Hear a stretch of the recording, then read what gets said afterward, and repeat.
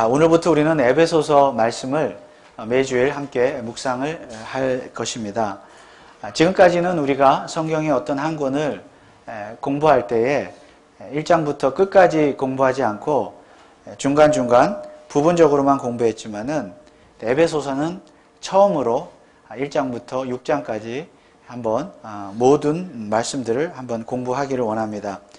비록 6장밖에 안 되는 짧은 책이지만 이 말씀을 통해서 하나님의 말씀 가운데 숨겨져 있는 하나님의 뜻을 다시 한번 깊이 깨닫는 저와 여러분들 되시기를 주님의 이름으로 축원을 드립니다. 신약 성경 27권 중에서 옥중서신이라는 4권의 책이 있는데 바로 에베소서, 빌립보서, 골로새서, 그 다음에 빌레몬서가 있습니다. 사도행전에 보면 바울 사도가 여러 차례 감옥에 갇힌 사건이 나오는데 맨 마지막 부분에 가면 사도 바울이 로마의 감옥에 갇히게 되고 바로 그때 바로 에베소서를 기록을 했습니다. 자, 이때가 AD 61에서 62년경이고 에베소서에 있는 에베소 교회의 성도들에게 바울 사도가 편지를 쓴 것입니다. 에베소는 광대한 당시의 그 로마 제국의 아시아도의 수도였습니다. 굉장히 큰 도시였고요. 교통과 상업과 정치, 종교의 중심지였습니다. 매우 아름답고 번화한 도시이기도 했습니다. 그러나 반면에 에베소에는 음란의 여신으로 알려진 아데미 신전이 있을 정도로 음란한 그런 도시였습니다. 굉장히 타락한 도시였죠. 그리고 우상 숭배가 만연했습니다. 더구나 헬라 철학과 문명이 지배하는 도시였습니다. 한마디로 말해서 이방 문화, 이방 문명, 죄악이 관영한 도시, 복음이 전해지기가 아주 어려운 그런 도시였습니다. 바로 이런 도시에 사도 바울이 들어가서 복음을 전했습니다.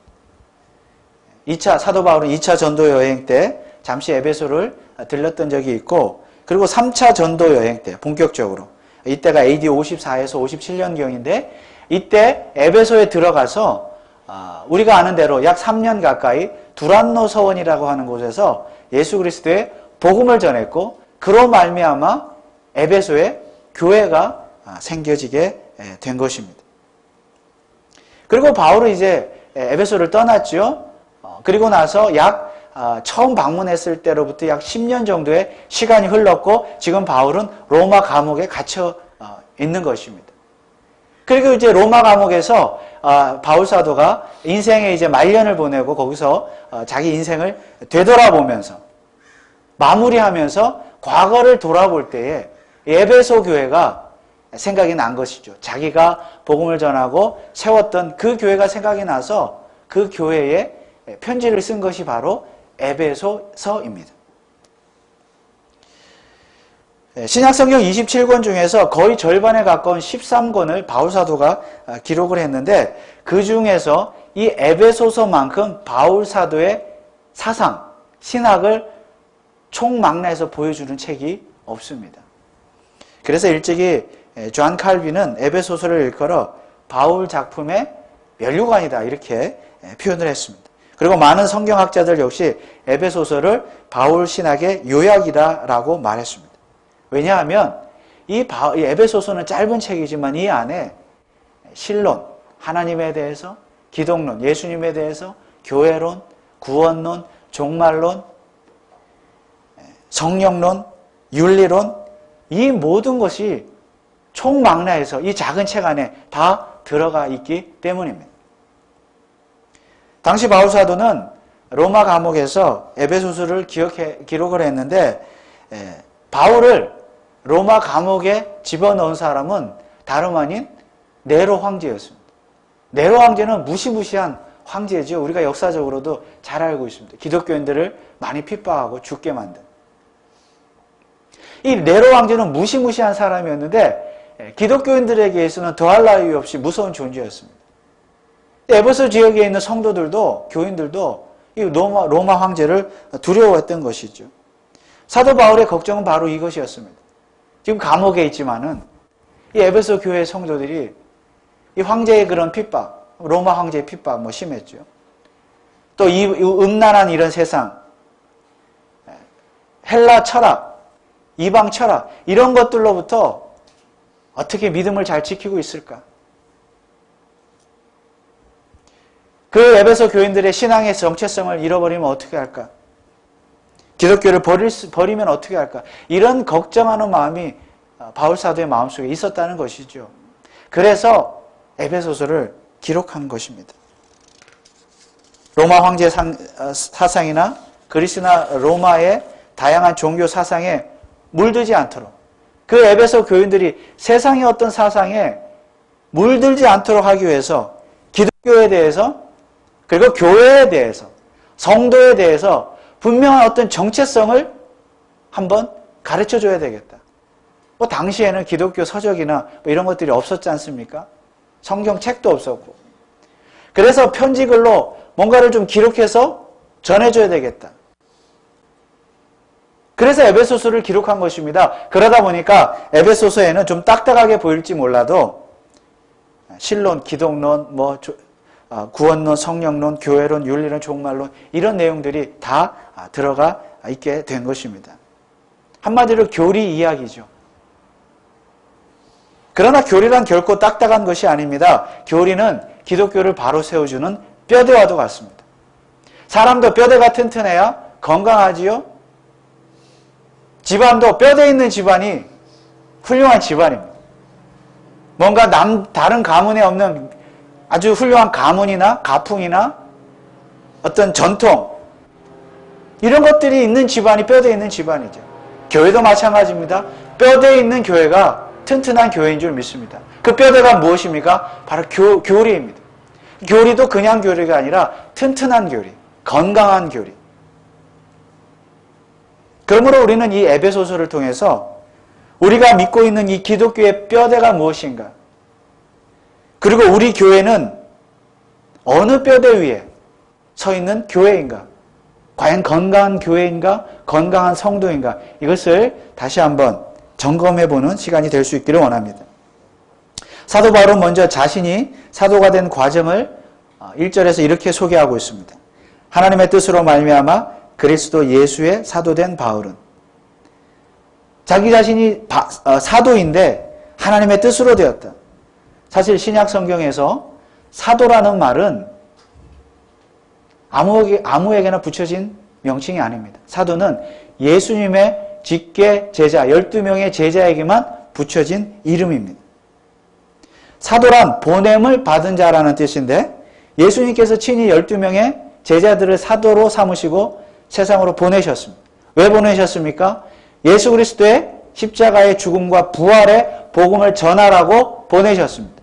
왜 하필 12명입니까? 그들입니까? 그들이야말로 예수님과 함께 3년 동안 동고동락을 했고 예수님의 가르침을 배웠고 또한 예수님의 죽으심과 부활하심과 승천을 직접 그들의 눈으로 목격한 자들이기 때문입니다. 바로 그러한 자가 사도입니다. 그런 의미에서 보면 바울은 사도가 아닙니다. 예수님을 살아생전에 본 적이 없습니다.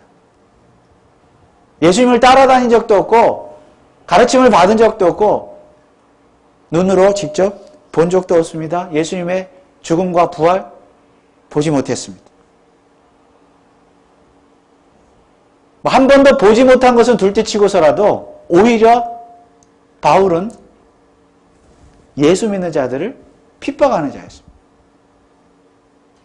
그런데 어떻게 그런 그가 예수님의 사도가 될 수 있었습니까? 어떻게 그것이 가능한가를 묻는다면 그 대답은 하나님의 뜻으로 말미암아입니다. 그것밖에 대답이 없습니다. 사실 바울의 인생은 상식적으로 이해하기 힘듭니다. 당시 유대인들의 입장에서 생각해 보면 바울, 이제 그 전에 이름은 사울이었죠. 이 사울이라는 청년은 대단한 배신자요, 미친 사람이었습니다. 예수 믿는 사람들을, 이 지도자들, 유대교 지도자들이 예수 믿는 사람들을 가서 잡아오라고, 체포해 오라고 보냈더니 가다가 무슨 귀신을 봤는지 사람이 완전히 돌아버렸어요. 다른 사람, 180도 다른 사람이 되어서 돌아왔습니다. 또 이상한 사람이죠. 이해할 수가 없습니다. 그것은 예수를 따르는 예수님의 사도들 역시 마찬가지였습니다. 성경에 보면 예수님의 사도들도 처음에는 바울을 믿지 않았습니다. 어제까지 사울이었는데 예수 믿는 자를 핍박하던 자였는데 갑자기 바울이 돼서 사도가 되어서 예수님의 복음을 전한다고 하니까 믿을 수가 없었던 것이죠. 우리도 그렇지 않습니까? 어제까지 정말 희한한 사람이, 이해할 수 없는 사람이 예수 믿고 변화된 모습을 보면 사실 믿기 힘듭니다. 정말 저 사람이 변했을까?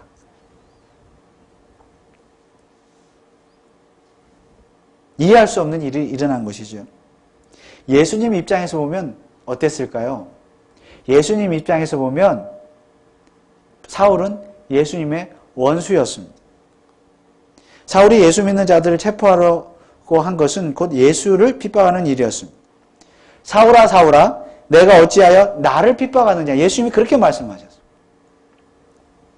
그런데 예수님은 원수 사울을 자신의 사도로 세우셨습니다. 물론 예수님이니까 가능한 일이겠지요. 원수를 사도로 삼는다. 제자로 삼는다. 그러나 예수님도 아마도 사울을 자신의 사도로 삼는 일을 싫어했는지도 모르겠습니다. 예수님은 생전에 십자가 지는 일도 싫어하셨잖아요. 예수님도 인간이니까 싫은 것은 싫은 것입니다. 물론 십자가를 지시기 전에 예수님하고 지금 예수님은 이미 부활하신 예수님이니까 다른 예수님이라고 말할 수도 있습니다. 그러나 부활하신 예수님일지라도 여전히 인성을 가지고 계십니다. 인성을 가지고 계시기 때문에 예수님도 싫은 건 싫은 거예요. 자기 자신을 핍박하는 사울이 싫었을 수도 있습니다. 그럼에도 불구하고 예수님은 사울을 자신의 사도로 삼으셨습니다. 그 이유가 무엇입니까? 그것이 하나님의 뜻이었기 때문입니다. 예수님의 모든 생애는 이처럼 아버지 하나님의 뜻에 순종하는 인생이었습니다. 십자가를 지실 때에도 인간적으로는 십자가를 지기 싫어했지만은 십자가를 기어이 지신 이유가 무엇입니까? 그것이 하나님의 뜻이었기 때문입니다. 아버지여, 아버지께는 모든 것이 가능하오나 이 잔을 내게서 옮기시옵소서. 그러나 나의 원대로 마옵시고 아버지의 원대로 하옵소서. 바울 자신도 자신의 인생이 이해가 되지 않았을 것입니다. 지금 바울은 로마의 감옥에 있으면서 자기의 인생을 돌아보고 있는데 자기 인생을 돌아보니까 자기가 옛날에 한때는 뭐예요? 많이 배운 유식자였고 유대교를 열렬히 잘 믿는 유대교 신봉자였고 또 유대교 지도자들로부터 인정을 받고 장래가 촉망된 그러한 청년이었습니다. 그런데 어쩌다가 예수라는 사람을 만나가지고 인생이 완전히 바뀌고 사도가 되었고 그리고 사도가 되어서 부귀영화를 누렸나요? 가는 곳곳마다 복음을 전하다가 핍박을 당하고 고난을 당하고 죽을 고비도 경험하고 이런 온갖 고난의 인생을 살지 않았습니다. 그리고 지금 현재 감옥에 갇혀서 죽을 날만 바라보고 있지 않습니까? 어떻게 하다 이렇게 되었는가? 특히 바울은 다메섹으로 예수 믿는 자들을 체포하러 가다가 겪은 일을 평생 잊을 수가 없었을 것입니다. 왜냐하면 이 다메섹 사건은 예수를 만난 사건은 바울에게 있어서 인생의 터닝 포인트가 되었기 때문입니다. 그런데 그때 바울은 예수님을 의도적으로 거부할 수도 있었습니다.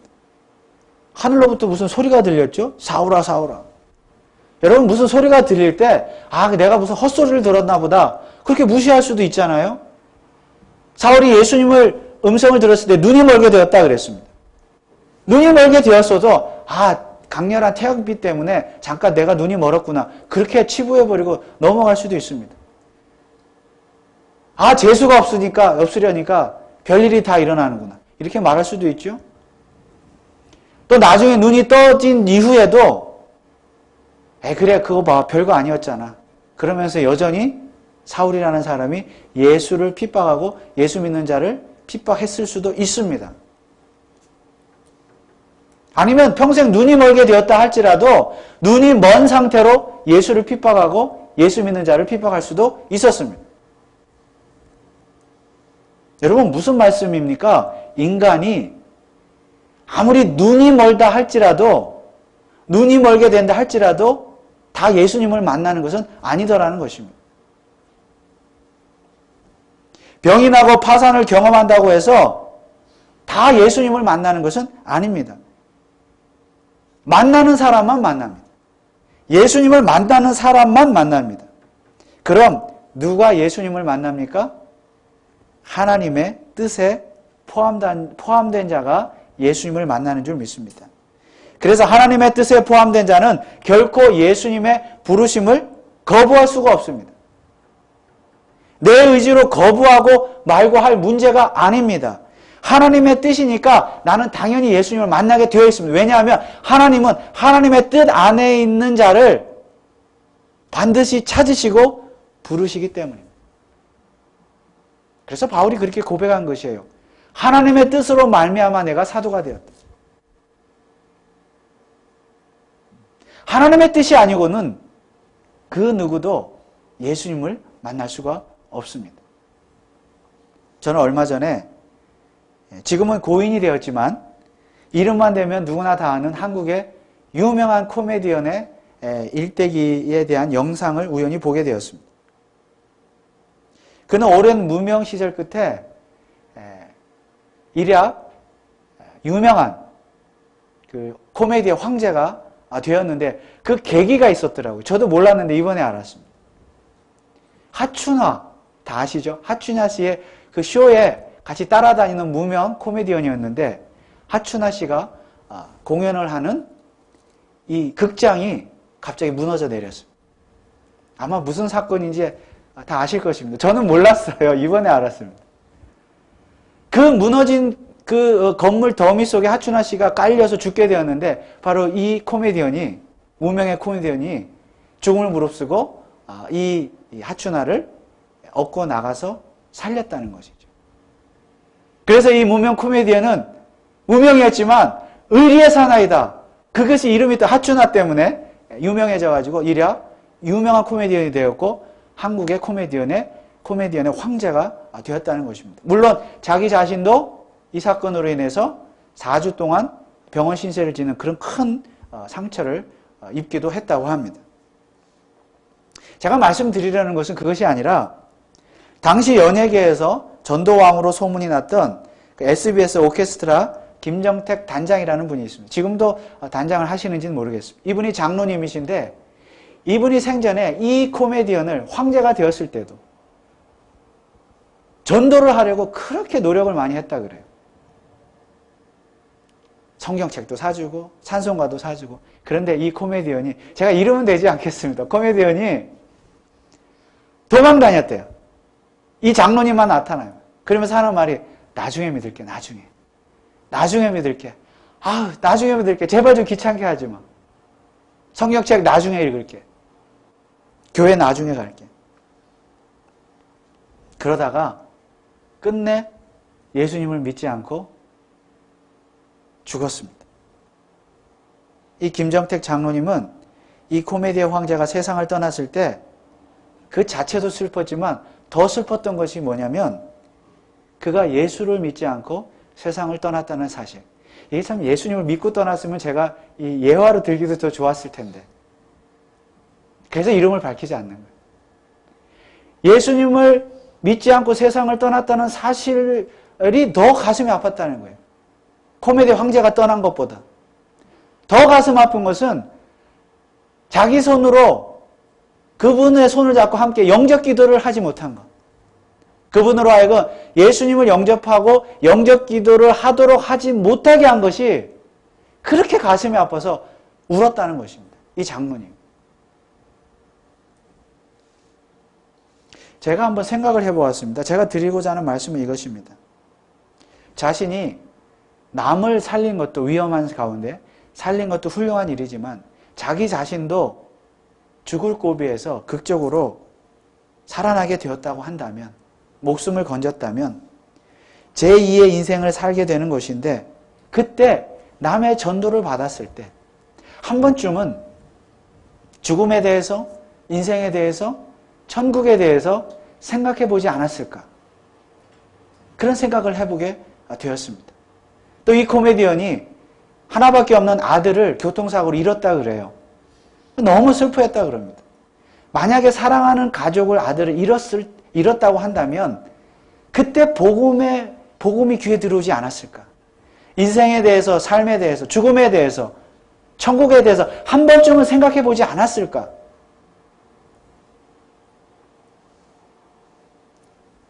저는 고인의 인생을 결코 폄하할 생각은 없습니다. 다만 하나님의 뜻에 대해서 말씀드리고 있는 것입니다. 아, 그렇구나.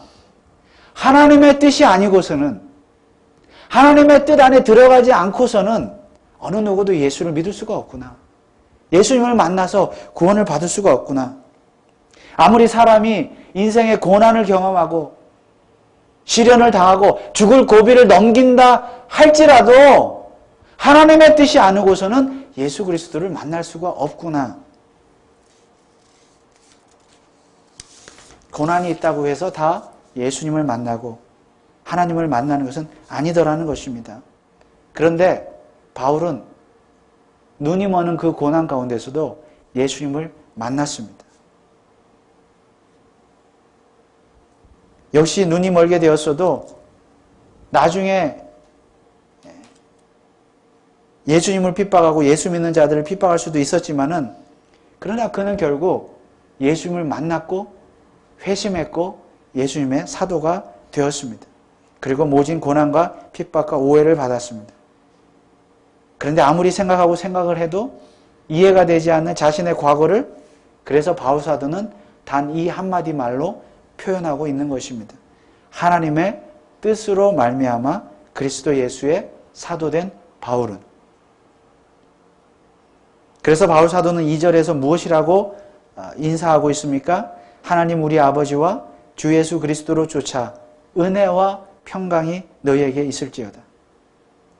은혜와 평강. 사실 이 은혜와 평강은 누구의 것입니까? 바울 사도의 것입니다. 인생을 돌아보니까 은혜더라는 거예요. 하나님의 뜻으로 예수를 믿게 되고 사도가 된 것이 하나님의 은혜더라는 것입니다. 바울 자신에게는 아무 공로가 없고 아무 자격이 없지만 오직 하나님의 뜻으로 말미암아 자기 자신이 예수를 믿고 구원을 받고 하나님의 사도가 되었으니 이것이야말로 하나님의 은혜가 아니고 무엇이겠느냐는 것입니다. 그리고 또한 하나님의 은혜를 받은 자의 마음속에 무엇이 있습니까? 평강이 있습니다. 평화가 있습니다. 왜 그렇습니까? 이 세상 다 모든 것을 누리지 못해도, 가지지 못해도 내 안에 예수 그리스도가 계시고 하나님이 계시고 하나님의 사도가 되었기 때문에 그 자체로 평강을 누릴 수가 있다는 것입니다. 지금 사도 바울은 어디에 있어요? 감옥에 있습니다. 죽을 날만 기다리고 있습니다. 인간적으로 생각하면 무엇이 기쁘고 무엇이 감사하고 무엇이 평강을 그에게 가져다 주겠습니까? 하나님을 원망하고 예수님을 원망할 수도 있었겠지만은 돈이 없고 건강을 잃고 세상의 부귀영화를 누리지 못한 것에 대해서 원망하며 인생을 마감할 수도 있었지만은 감옥 속에서 하나님께 감사하고 하나님을 기뻐할 수 있는 유일한 이유는 무엇입니까? 은혜와 평강. 그리고 내가 누린 이 은혜와 평강, 내가 소유한 이 은혜와 평강을 에베소 교인들이요, 여러분들도 누리시기를 원합니다. 그래서 이 편지에 쓰고 있는 거죠.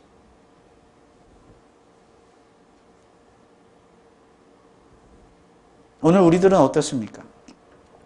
오늘 우리들의 지난 인생들 돌아보면 모든 일들이 다 하나님의 뜻으로 말미암았음을 믿습니까?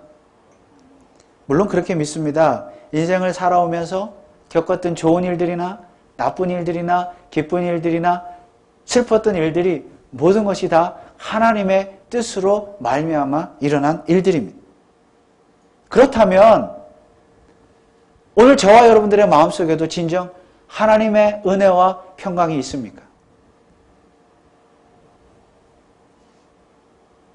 오늘 우리 삶에 은혜와 평강이 넘치기 위해서는 우리가 바로 성도라는 사실을 잊지 말아야 합니다.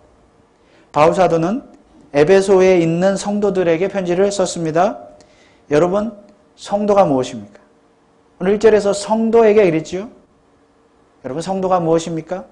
성도는 거룩한 무리라는 뜻인데 그것은 세상과 구별된 자라는 뜻입니다. 그러면 누가 성도입니까? 바울은 1절에서 이 성도라는 말을 다른 두 가지 말과 함께 사용하고 있습니다. 에베소에 있는 성도들과 그리스도 예수 안에 신실한 자들에게 편지하는, 성도란 바로 그리스도 예수 안에 있는 자들이며 또한 신실한 자들입니다. 성도가 그리스도 예수 안에 있다는 말은 예수 그리스도를 통해서만 성도, 즉 거룩한 자가 될 수 있다는 뜻입니다. 신실하다는 것은 믿음을 지킨다는 뜻으로서 성도는 세상과 구별된 존재로서 세상 속에서 믿음의 모습을 지키는 자라는 뜻입니다. 한마디로 성도란 예수 그리스도를 통하여 죄사함 받고 세상과 구별되어 거룩하게 된 자가 바로 성도입니다. 동시에 세상과의 구별과 거룩을 끝까지 지키는 자, 신실한 자가 바로 성도입니다. 그런데 바울 사도는 에베소 교회의 성도들 역시 어떻게 성도가 되었는가 하면 바로 하나님의 뜻으로 말미암아 성도가 되었다고 말씀하고 있습니다. 이것은 당연한 이야기입니다. 바울이 하나님의 뜻으로 사도가 되었다면, 그리고 그가 하나님의 뜻으로 말미암아 2차, 3차 전도 여행을 했고 에베소에 가서 복음을 전하고 교회를 세웠다고 한다면, 그곳에 교회가 세워진 것이 하나님의 뜻이고 또 교회를 통해서 성도가, 에베소 교회 성도가 생겨난 것이 하나님의 뜻이라고 말한다면, 그것이 하나님의 뜻이라면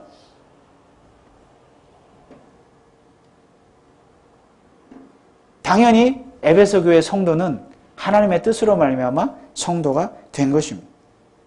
바울이 하나님의 뜻으로 사도가 되었기 때문입니다.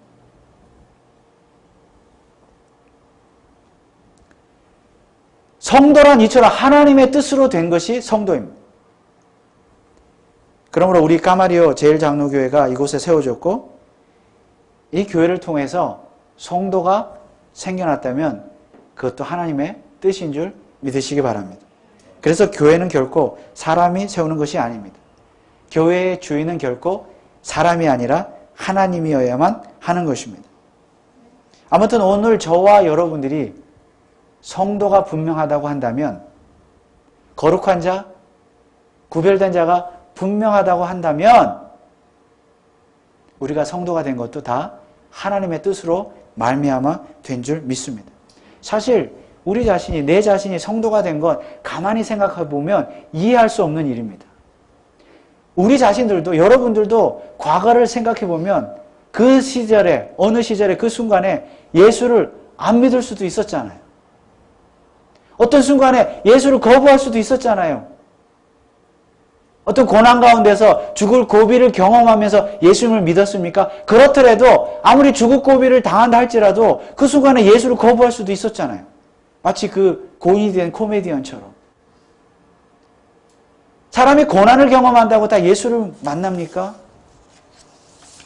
죽을 고비를 경험한다고 다 예수를 만나는 건 아닌 것 같아요. 자식을 잃는 고통을 경험했는데도 끝내 예수를 거부하는 사람도 있습니다. 예수를 믿고 성도가 된다는 것이 성공해서 돈이 많다고 해서 혹은 실패해서 돈이 없다고 해서 가능한 일이 아닙니다. 건강하다고 성도가 되는 것도 아니고 죽을 병에 걸렸다고 해서 성도가 되는 것도 아니라는 것입니다. 그럼 누가 성도가 될 수 있습니까? 우리가 어떻게 성도가 될 수 있었습니까? 오직 하나님의 뜻대로 말미암아, 하나님의 뜻으로 말미암아 하나님의 작정과 예정 때문에, 예정 가운데 하나님의 뜻으로 우리가 성도가 된 줄 믿습니다. 이것만이 정답입니다.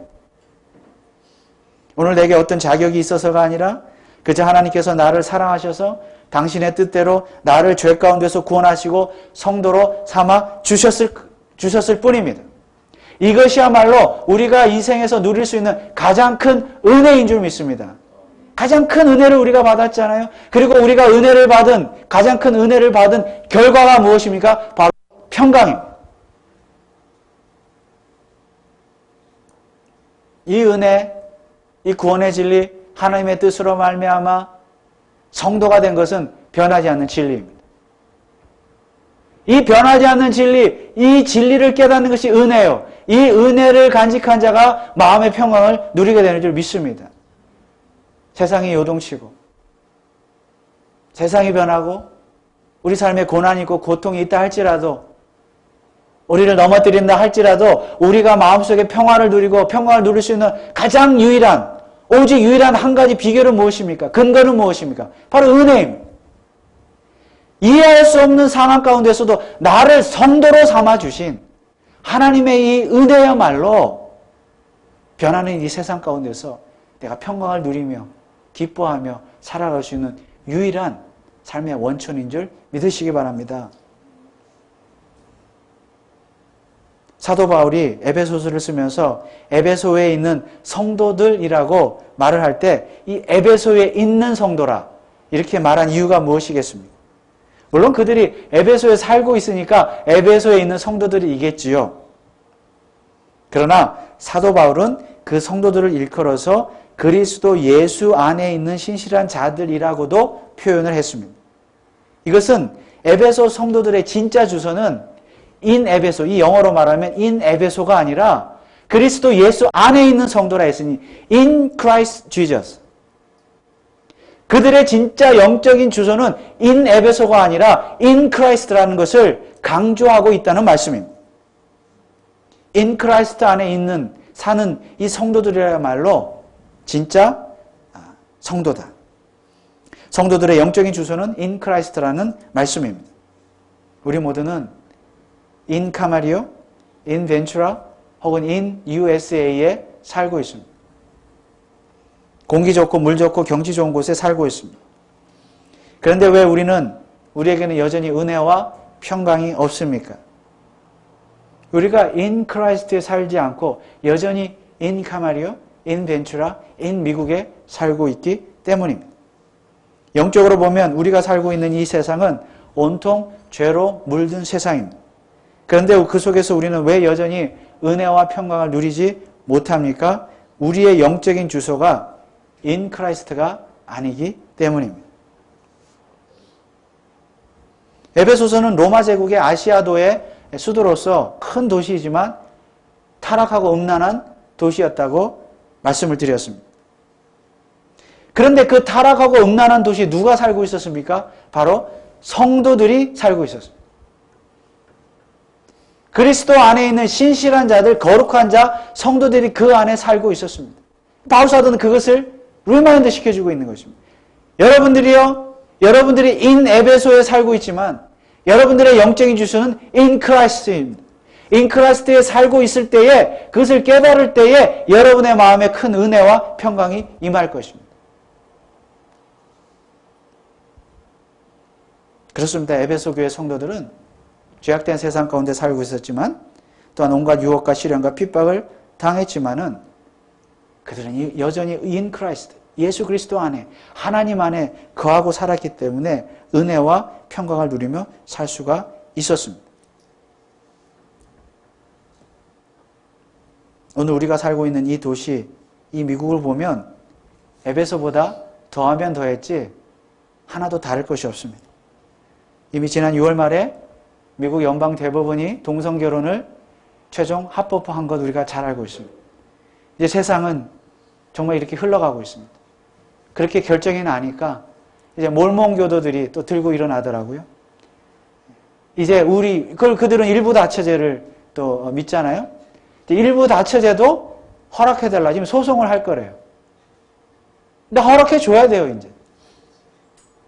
또 더 황당한 것은 이 어린 아이들, 제가 좀 말씀드리기도 참 민망한데, 이 어린 아이들과의 그 성적인 관계를 좋아하는 어른들 있잖아요.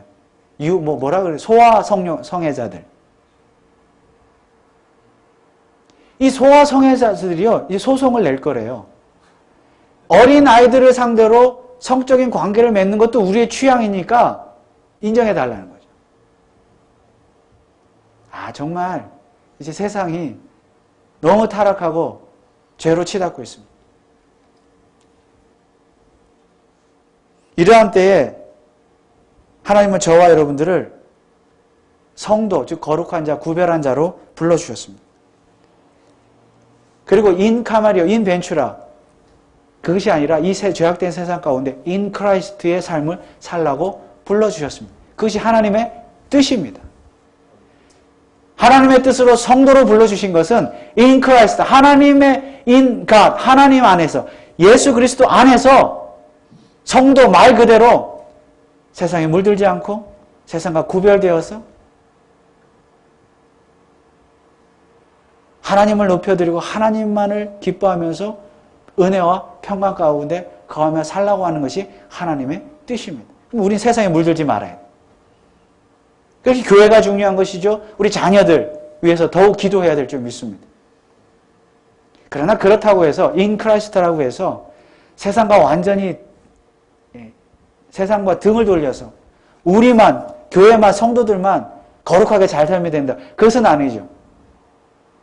교회 나가서 세상 사람들도 인 크라이스트 안에 거할 수 있도록 우리가 예수 그리스도의 복음을 전해야 합니다. 이것이 교회의 사명이고 성도의 사명인 줄 믿습니다. 하나님의 뜻으로 말미암아 성도가 된 성도 여러분, 그런 성도들이 모여서 세운 우리 교회 역시 하나님의 뜻으로 말미암아 세워진 교회인 줄 믿습니다. 그렇다면 우리 교회가 어떤 교회가 되어야 합니까? 우리 교회를 향하신 하나님의 뜻은 무엇입니까? 첫째는 성도로서 늘 in Christ, 그리스도 안에 거하며 in God, 하나님 안에 거하며 사는 삶일 것이요. 둘째는 세상에 나가서 예수 그리스도의 복음으로 우리의 말과 행동으로 세상을 변화시켜서 그들도 in Christ 안에 거할 수 있도록 만드는 것이 우리 교회의 사명인 줄 믿습니다. 이것이 하나님의 뜻으로 말미암아 세워진 우리 카마리오 제1장로교회가 이루어야 될 하나님의 뜻인 줄 믿고 이 일들을 잘 감당하는 저와 여러분들 되시기를 주님의 이름으로 축원을 드립니다. 그러할 때에 우리 교회에도 하나님의 은혜와 평강이 늘 넘치게 되는 줄 믿습니다. 기도하겠습니다.